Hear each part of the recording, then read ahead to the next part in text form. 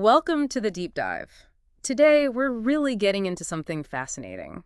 The whole idea of mastery. How do people actually reach the very top of their game?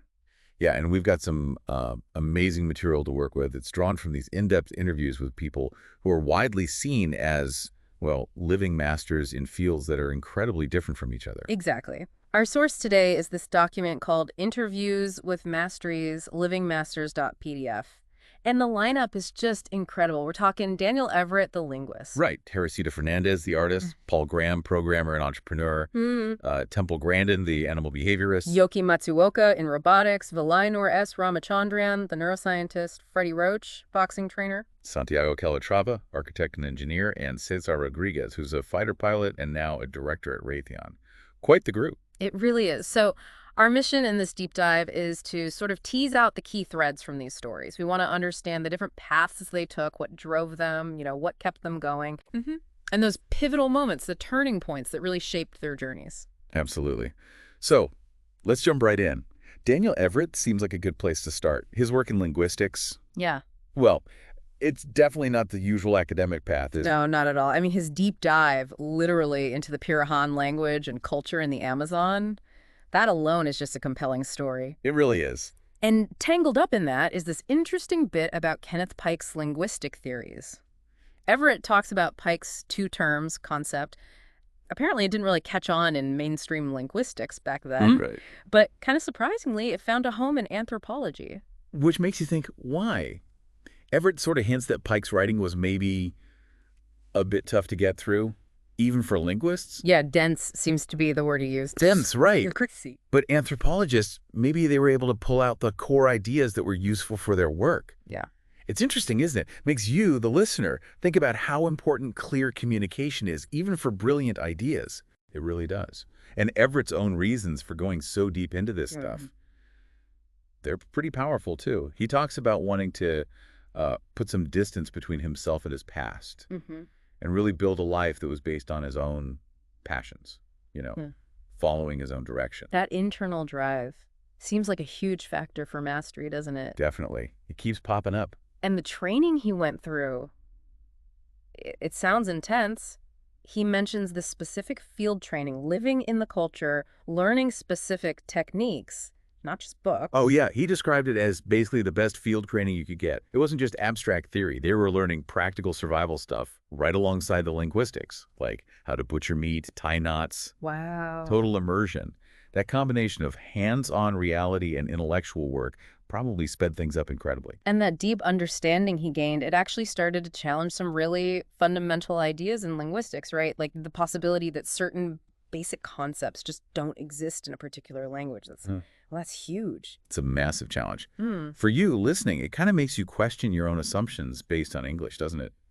Are there ways of thinking maybe blocked by our own language? Exactly. Everett's observations about the Pirahan, like how they talk about thought, saying, he says this, instead of having a separate word for thinking, it really pushes back on our assumptions about language and thought being universal. And it's not just single words either. He talks about how hard, maybe impossible it is to translate certain cultural ideas across really different worldviews. That example about a god nobody's seen telling them what to do. Right. That just didn't compute for the Pirahan with their focus on direct, immediate experience. It really shows how tangled up language and culture are. You can't just swap words. It's fascinating, too, that after all that time, years working on his PhD in Portuguese in Brazil, he actually felt a bit awkward speaking about linguistics in English when he visited MIT. Yeah, just how deeply immersed he became in those other linguistic worlds. He really hopes his work with the Pirahan influences broader thinking, though. He sees it as offering valuable insights for everyone. And he gives credit to Pike, too, for the fieldwork methods, even if Pike's theories weren't fully embraced then. Right. Appreciating the pioneers. So that connection, language and culture being inseparable, that seems core to Everett's whole approach. Okay, let's shift gears. Let's move into the art world with Teresita Fernandez. Her background, Cuban immigrant family, women who were seamstresses. That detail feels surprisingly significant. It does, yeah. You think about haute couture, the precision, creating these complex forms. It might not be a direct line, but you can see how that sensibility could have, seeped in. influenced her artistically. And she talks about her process using words like magic and alchemy, creating something from basically nothing. It captures that kind of mysterious spark of creation, doesn't it? For you listening, think about those moments in your own work when something just clicks seemingly out of nowhere. Yeah, it does. And her idea that what you start looking for might look nothing like what you find creatively. Mm. That's so important. Staying open to where the process takes you.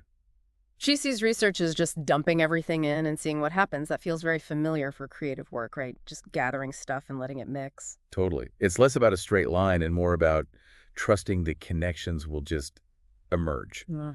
And she makes this really smart distinction between changing the material intellectually or psychologically versus just physically. Yeah. It's about the meaning, not just the form. And she admits struggling to put visual ideas into words. Makes total sense for a visual artist, right? Different kinds of intelligence. Absolutely. Her interest in Zen Buddhism, the idea of original mind. How does that connect for you? Well, original mind, that state of being open, experiencing directly without preconceptions, I feels very connected to her fluid process, her willingness to embrace the unexpected, like tapping into something more intuitive. Interesting. And she mentions a Japanese concept, too, about seeing things from a distance, relating to landscape and interior space, another cultural lens. Yeah, that sense of depth and perspective, whether it's a huge landscape or an intimate Japanese room, you can see echoes of that in how her work plays with scale and perception. And her self-sufficiency, being influenced by books and places like Japan, it shows how many different inputs shape a master. And she deliberately avoids having a signature style. Says she gets bored, needs to reinvent. That's pretty bold, isn't it? So many artists strive for that recognizable look. Maybe for you listening, it's a nudge to keep exploring rather than settling into a category. It really points to a deep need for growth. For her, mastery isn't about perfecting one thing. It's about constantly pushing her own limits, questioning her own assumptions. She even mentions learning from negative examples, knowing what you don't want being just as powerful. Her description of drawing as immediate thinking, raw, unedited, love that. And her interest in landscape drawing ties back to perspective. Then there's that idea of squinting in research, returning to something to see it fresh, connecting it to blindness. That's quite something. It is. The idea that limiting one sense, like vision, can actually sharpen others or lead to new ways of seeing. And her awareness of the viewer's role, stopping short of being too obvious or too obscure, that shows a real understanding of that interaction, leaving space for interpretation. Really fascinating. Okay, let's switch to tech now. Paul Graham. He talks about feeling like an outsider growing up in Pittsburgh, family background, his interests. Seems like that was a big early influence. Yeah, that feeling of being different often sparks a search elsewhere, doesn't it? Yeah. For him, books were like letters from people who lived in places that were not Pittsburgh, opening up other worlds. And then computers arrive. He calls them a super-duper Leatherman. Great phrase for their versatility, seeing that so early. But it wasn't an obvious career path then. No, software development was just starting, really, not the huge industry it is now. So the path wasn't clear. And his early programming with Fortran, then Lisp, it shows that shift from thinking about hardware limits to more abstract things like recursion. His journey is interesting too, aspiring artist first, then programmer. That time at Atelier Suisse, talking with other artists, seems like an unlikely but key part of his development. It really shows how different experiences can cross-pollinate. That kind of creative, maybe experimental vibe at Atelier Suisse probably fed into his problem-solving later in tech. And his interest in the character of programming languages, that's pretty unique. Yeah. And outsourcing the character assessment to his wife, Jessica, smart collaboration. Then there's Julian from National Lampoon being an early investor and a model for Y Combinator. That's a connection I didn't expect. Right. Shows how mentorship can come from surprising corners. Julian offered a different perspective. Graham sees his own path as different from, say, a formal apprenticeship. There's more than one way to learn. He admits having doubts, fears about starting a company, very relatable for anyone taking a leap. But then that realization about web essays, write it and they will come with that PDF in 2001. Huge moment. Massive validation. And it showed the power of the internet to connect directly. And his choices not to follow certain trends, avoiding Windows, early blogs, traditional VCs, those seemingly counterintuitive moves actually led him towards server-based apps, his essays, and eventually Y Combinator. The Y Combinator origin story, meeting the Reddit founders by chance, it shows how serendipity plays a role, and the motivation behind it, empowering ambitious people, changing the economy's shape. That's Well, that's big thinking. It really is. Yeah. He saw a way to unlock potential on a huge scale, and his heuristic for spotting good ideas, the right kind of wrongness, that's such a great phrase. So insightful for ideas that seem odd initially but have huge potential. For you listening, what about those wrong ideas you might have? Could they be the next big thing? It's a great question. And his long-term view on computing, that hardware limits will eventually become irrelevant. Maybe in 1,000 years, he jokes. Comparing math and programming to yoga for the brain, making thought more flexible, another brilliant analogy. Yeah, it really gets across that it's not just about the technical skills, but about developing a more agile mind overall. Okay, let's move to Temple Grandin. Her visual thinking is just so fundamental to her. These mental file folders filled with photorealistic pictures. It's such a different way of processing the world. It really is, and you see the power of it in practice, how she can look at blueprints for cattle facilities and just see the real thing, how it will work. Her frustration that the normal mind tends to drop out the detail that highlights her unique focus, especially for animal welfare. And that focus led her to create that simple scoring system for animal welfare, measuring the specific details others might overlook, but which are vital for the animals. She also talks about mentors in the feed yard industry, people who taught her gentle handling. That human connection, passing on practical wisdom, seems key. Absolutely. She faced skepticism, but found people willing to share their hands-on experience, and her challenging established research on dendrite formation, arguing for use over just genetics, shows her confidence in her own observations. She calls her problem-solving approach visually systematic, seeing the whole system visually, and she contrasts her visual thinking with verbal or mathematical styles, acknowledging different strengths. For you listening, how does your main way of thinking affect how you tackle problems? It's a good point. Her photographic memory for visual details, but difficulty with abstract numbers or tunes unless she links them visually. It really underscores how specific her cognitive style is. And her understanding of animal thinking, driven by specific visual details, always scanning for threats. That's the core of her humane designs. Even her dreams reflect this. Her goal to get inside their head, as she puts it, to treat cattle more humanely. That empathy, powered by her unique mind, has had such an impact. And emphasizing steady motion seems small, but crucial for animal stress. And despite that visual focus, she's incredibly organized day to day. Right, that organization probably helps manage all that visual data. Yeah. It shows how different minds can still develop really effective ways to manage complexity. Okay, now into robotics with Yoki Matsuoka. Her background was in competitive tennis. Seems unrelated, but maybe not. I think it's highly relevant. Tennis requires intense strategy, super fast reactions, anticipating moves. Those skills map really well onto robotics, problem solving, adapting, long-term thinking. Her work at Google X, outside of search and co-founding Nest, show her drive to make real-world, impactful stuff. And it wasn't just about the money, right? She seemed driven by creating things people would actually use and value. Exactly, that intrinsic motivation again. And her working at a robotics startup while doing her master's and PhD, it's just incredible dedication. It shows her deep commitment. It really does. And her contributions are significant. That robot hand playing Jenga, controlling robot arms with muscles, the anatomically correct ACT hand, real innovation there. Definitely.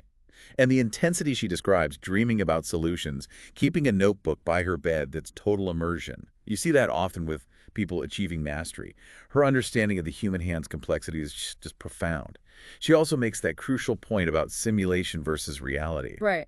Things look neat in simulation. We could have gotten this in 6 months, she says. But building physical robots throws up all sorts of real-world challenges. It backs up Rod Brooks's idea of embodiment in AI needing that physical interaction. Embodiment meaning the AI needs a body and senses, not just code. Exactly. Physical experience is key. She stresses how important touch is for the brain, not just abstract thought. And her view on calculators in math class, she values learning the fundamentals first. Her research on how we reconstruct objects through touch and motion led to some deep philosophical thinking, too. It suggests that link between physical action and understanding is deeper than we might think. She cares about the whole process of building, not just the end result. That joy of creation seems core to her. Yeah, she loved building things since she was a kid. And she talks about a sense of destiny that grew clearer over time. Another recurring theme, her initial motivation for neuroscience, building a tennis robot buddy. Huh. A very specific goal leading to a huge career.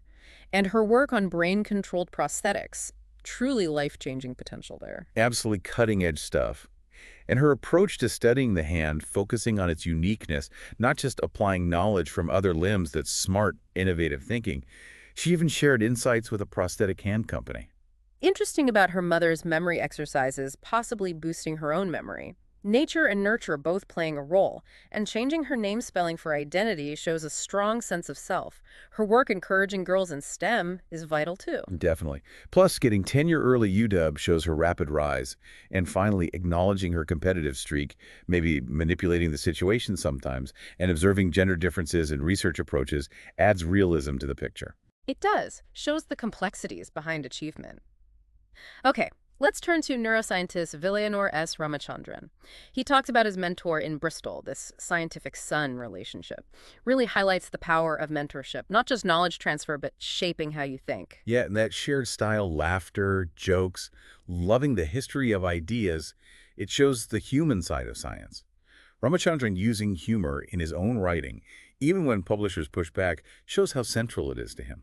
His ability to spot patterns, like immediately recognizing that Murex shell. He sees that abstracting ability as key to science, and he finds beauty in discovery itself. That aha moment often feels elegant, beautiful. His early interests, archaeology, shell collecting, you see that lifelong curiosity. And his strategy of having both blue-chip, mainstream research and maverick, more unusual projects seems smart, balancing security and exploration. And his fascination with anomalies, exceptions, seeing them as pathways to discovery, he even links it to maybe feeling like an anomaly himself. His dislike of rote memorization seems common among creative scientists. He was drawn to freaks of nature in med school. Right, because those unusual cases force you to rethink assumptions. He talks about the difficulty of truly integrating an idea, making it part of your thinking, not just understanding it superficially.